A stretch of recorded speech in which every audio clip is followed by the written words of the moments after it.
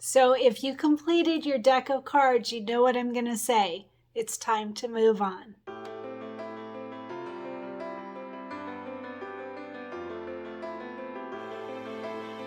Hey everyone, Cristin here, and we are continuing with our February Cuties table toppers. So as I mentioned, if you have your deck of cards, then it's time to move on. I forgot to mention in our last video that you can sew the 4 blocks together. I'm sure you figured that out, but if not, or if you haven't done it yet, go ahead and do that when you're ready. All 4 blocks sewn together with a 1/4 inch seam allowance of our deck of cards. This is the center of our table topper for February. All right, so once we have that, then we can move on to the inner borders.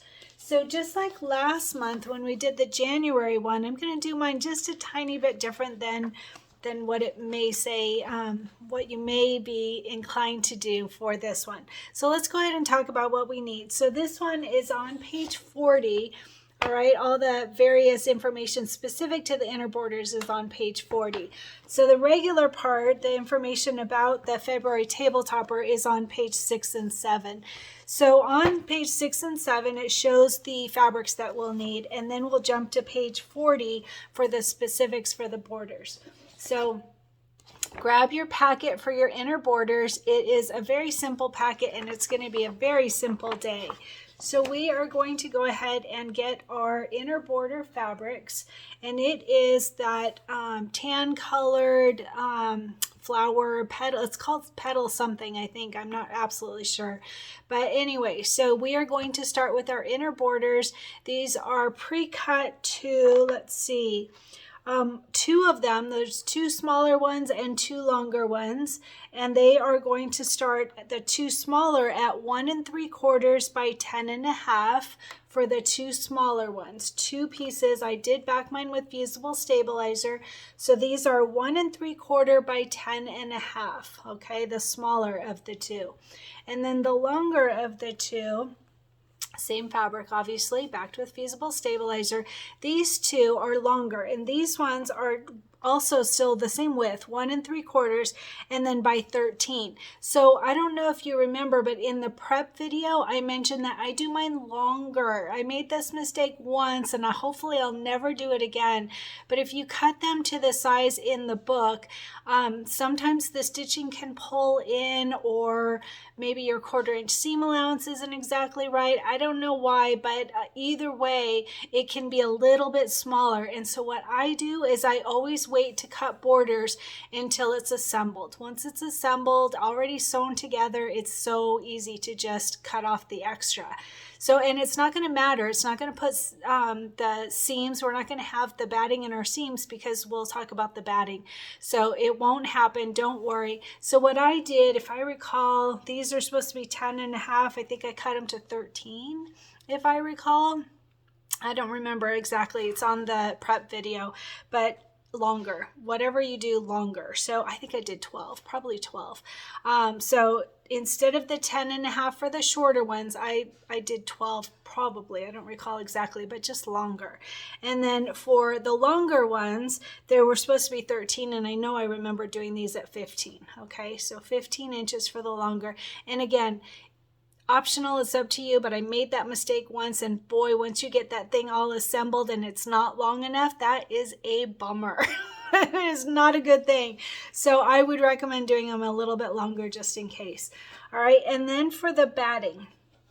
So for the batting, again, you're going to have 2 shorter and 2 longer, and then you want these cut to exactly the size that you're going to need if you're going to do it the way that I like to do them. I do them where you've seen me do it before, where we add the batting onto the strip. All right, before we even start stitching, we add the batting to our strip using a glue stick, a purple glue stick that disappears right away. That just makes it easy. You can take away the first 2 steps. I'll show you how to do it, don't worry.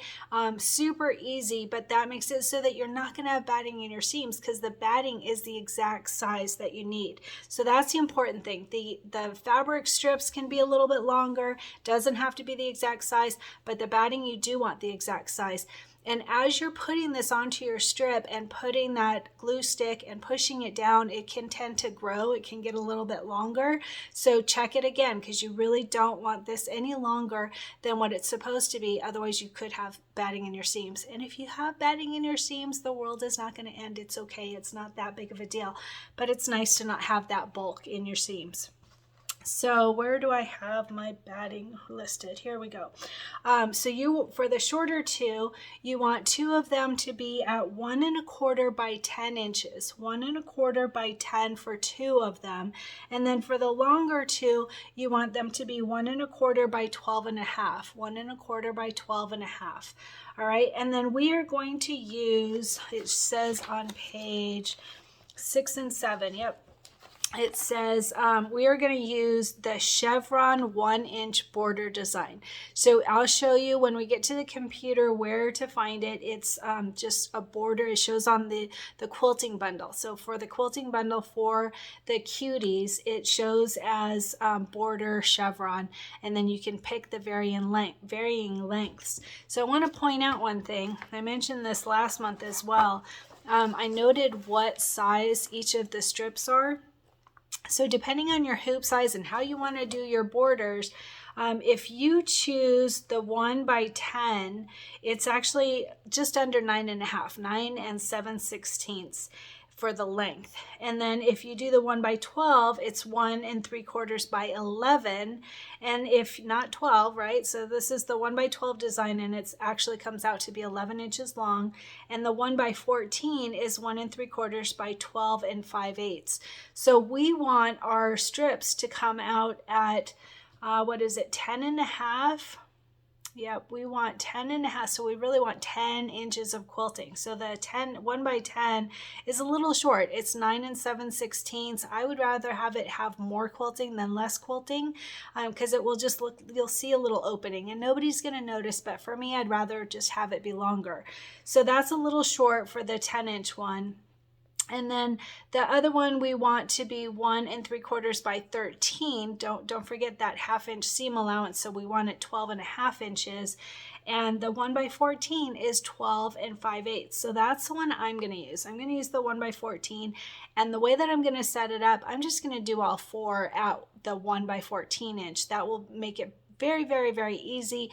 And as I'll show you as we do it, the runoff will just go off the edge. There's not going to be batting in our seam, so it's not going to matter. We're going to cut off that excess part anyway, so that will work totally fine to use the 1 by 14. Again, that depends on your hoop size though. If your machine only does like a 5 by 7, then you could do the 1 by 7 inch twice, or even longer, because it's probably not a full 7 inches. I'm not sure. I didn't write that one down. It's probably pretty close though. Anyway, so you could do 5 by 7 users, you could do the 1 by 7 twice. If you have a 6 by 10 hoop, you could use, you should be able to use the 1 by 10, but again, I would want to double hoop, because especially on that 14-inch one or 13-inch one, you're not going to have quite enough quilting. And again, nobody's going to notice. This is your project. You do it how you want to do it.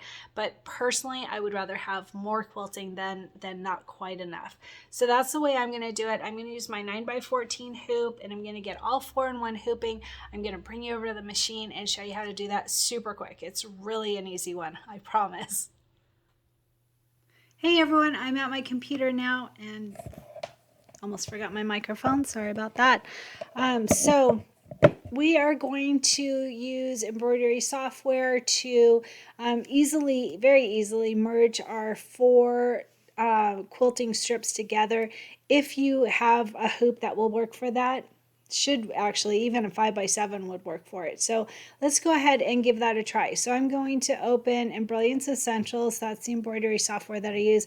My eyes are like bugging out. That light on my ring light for my videos is blinding. All right.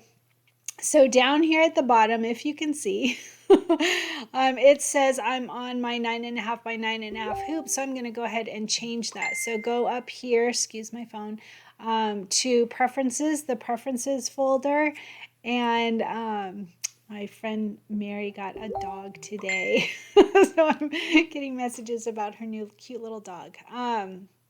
All right, sorry about that. So preferences folder, and then you're going to choose the hoop size you want. I'm going to do my 9x14. Click on that and say okay.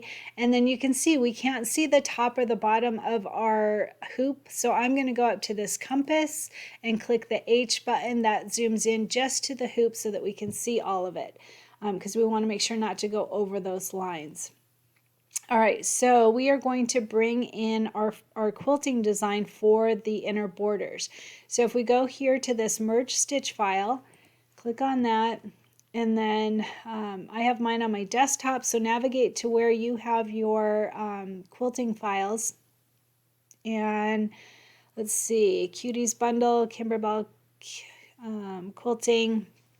And right there, border, chevron, and square. So the chevron is what we are looking for. That's what we're going to use for the inner borders.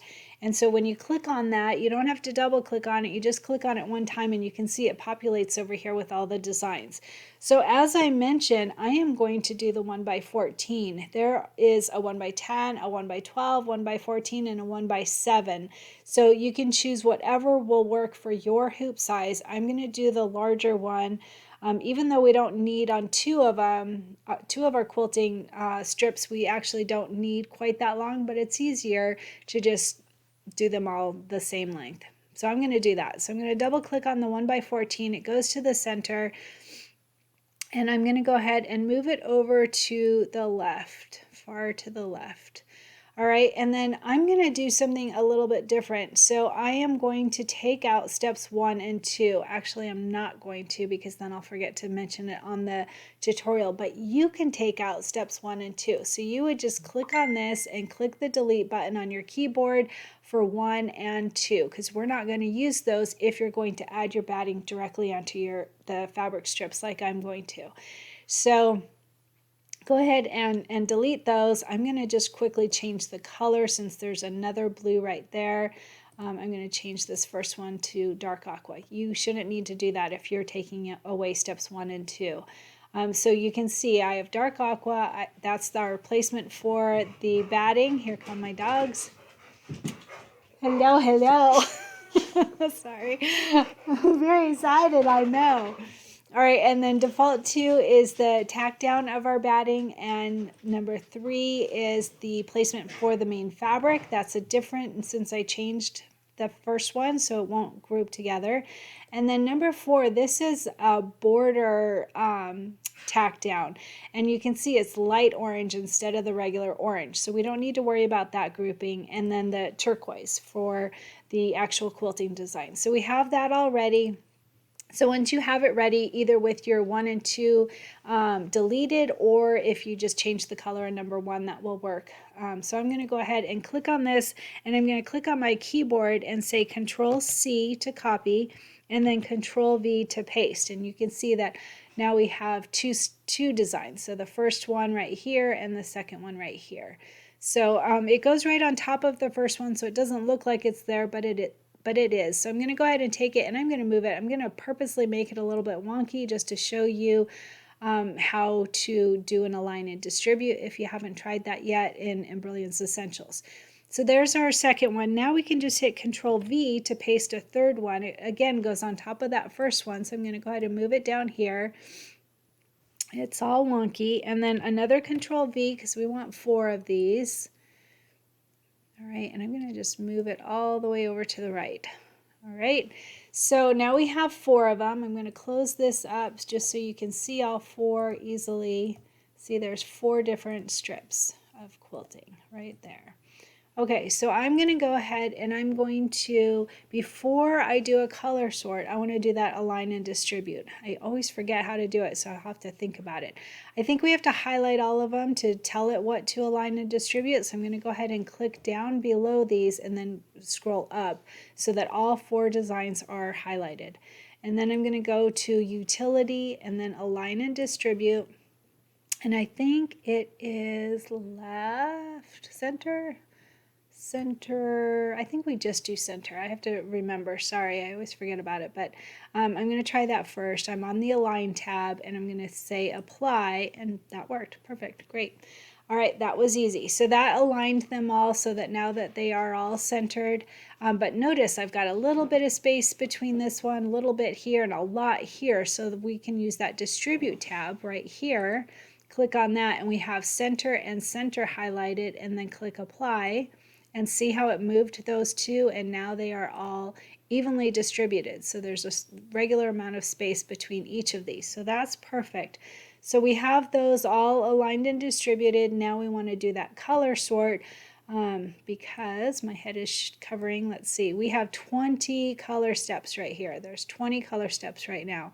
So if we go to utility color sort, and just like I've mentioned in other videos, make sure that you have the same information here. So your RHS pre-sort is not clicked on, force applique position and material is not clicked on, and then the tolerance is at 0. All right, somebody asked if I was talking about my own personal tolerance level, and it is not. It is on Brilliance Essentials. The tolerance is at 0, okay? So that will make it so that when I'm doing this and showing you certain aspects, if you've got the same settings, then you'll get the same result. Okay, so we are going to click on New View. It says it reduced it by 15, so that should be perfect, but let's go ahead and check it to make sure. We currently have Untitled 1. It will open another tab. So click on New View, and there's our second tab. So if you click on the first one, it's got those 4 designs, and if there's anything that's not right on the new tab, then you can always go back to this other one. So that will be perfect. So right here on Untitled 2, now it's all broken down into 1 design. Instead of 4 designs, there's 1. So let's just click on each of the parts to make sure it did what we think it should do. So the first one is that placement for the batting, and like I said, you don't need this one. If you're going to add the batting to your strip like I'm going to, you can delete this one. I like to leave it in so I remember to tell people on the tutorial to bypass it if they haven't already done it this way. All right, so then the second one is the tack down for the batting, and again, you don't need this one. It's up to you. And then the third one is the placement for the fabric strips. Now this one's really important. We want to be able to see on the stabilizer exactly where to line up these strips. So that's perfect. And then the fourth one is the tack down. You can see that it's just on the left and right side. It's not on the top. That's why they have it as a light orange instead of a regular orange. So that all grouped perfectly. And then the last one is the quilting design. They call it chevron, but it's not the regular chevron. It's a special chevron. Did you notice that? Because I have a couple of chevron quilting designs from Kimberbell, and this is different. So this is a fun border chevron. So that's fun. All right, so this is all perfect. So we're going to go ahead and do a file, save, stitch, file as, file, save, stitch, file as. And then I am going to bring it, let's see, I'm currently in my embroidery designs. I want to be in the quilting designs. So I'm going to go to my folder, quilting bundle right there, embroidery files, Pez, and then this was a border chevron. So in here, and again, you could save this to your desktop. You could save it however you want. I like to save it in the folder that has the other of that same design so that I can use it in the future. So I'm going to say 1x14 chevron, and I'm going to say quad because there's 4 of them. That reminds me, you could also say times 4, whatever works for you. So I'm going to say save, and of course my machine is not on. I never remembered to turn it on before this, but if you have a machine that you can send it to, then you can go to Utility, Send to Solaris XP1, and it will tell you File Sent to Machine. It's all perfect. So that was super duper easy. Today is a very easy day. So let's go ahead and get started making our inner borders.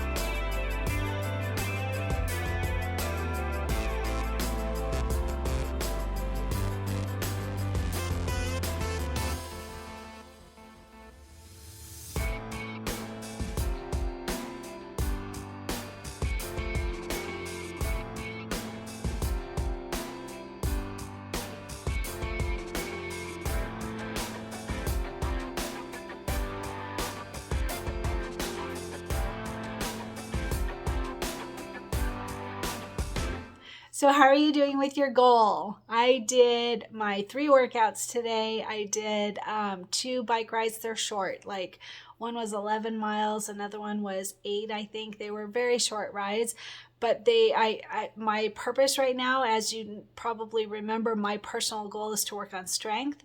So I'm keeping my watts high and my power output is very, very high. And I'm just working really, really hard on that. So they're short rides. I'm not working on endurance yet. I'm just working on strength right now. But so I did those. They kicked my butt very well. In fact, one of them, I have to tell you, was in Argentina. Oh my gosh, that was so much prettier than I would have imagined. I don't know anything about Argentina. And unfortunately, the iFit trainer didn't give a whole lot of information on this specific workout, but it was gorgeous, absolutely gorgeous. Really, really enjoyed that. Last night I did one in Switzerland with the Matterhorn in the background. Oh my gosh, that was gorgeous. Oh, that was fun. So anyway, I did my 2 bike rides, short bike rides, and then I did a strength training workout, and I really didn't want to. I really, really, really did not want to today. I was feeling tired, and my muscles are tired, and I just didn't want to do it. And so you know what? That I wanted to point that out to you. We're not always going to feel like, woohoo, let's go do a workout. But that's the hardest part, is just getting to the start line, getting to the start of your workout. Once you get there, you're going to get those endorphins going and feeling happy and being able to handle all the stress of the world, and everything will be okay. But that beginning step, it's a whole lot easier to sit on the couch and eat potato chips or whatever it is. You know, that's easier. But you got to remember your why, right? So what is your why? Why are you setting this goal? Why are you working hard on this specific goal? For me, you know, it was, I had breast cancer and I want to get strong again. I want to build up that strength and be here for my family. So what is your why, and how did you do with your goal? And if you haven't picked your goal yet, don't forget, okay, this is important to me. We have to have a goal for every project. This is a small project. We're just working on our table runner, but you should still have a goal for the project. My goal is also for Red, White, and Bloom, because that's the big project that our group is working on right now. But I have an idea. So if you haven't picked your goal yet, this is a fun one, I think. Get connected. Get connected, stay connected. I think that's a really good one. So there's a lot of people in the group and on YouTube that stay hidden in the shadows. They don't share pictures of their project. They don't comment. So I want to have you reach out. I want to push you just a little bit to get connected.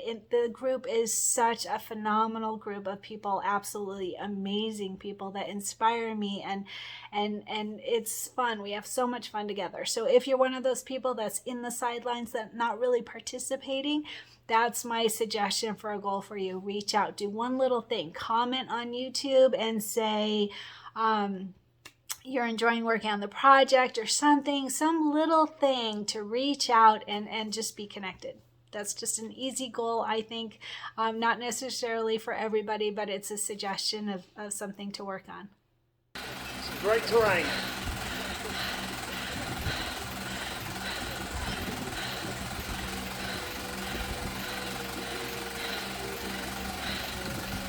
Check out these views. Incredible.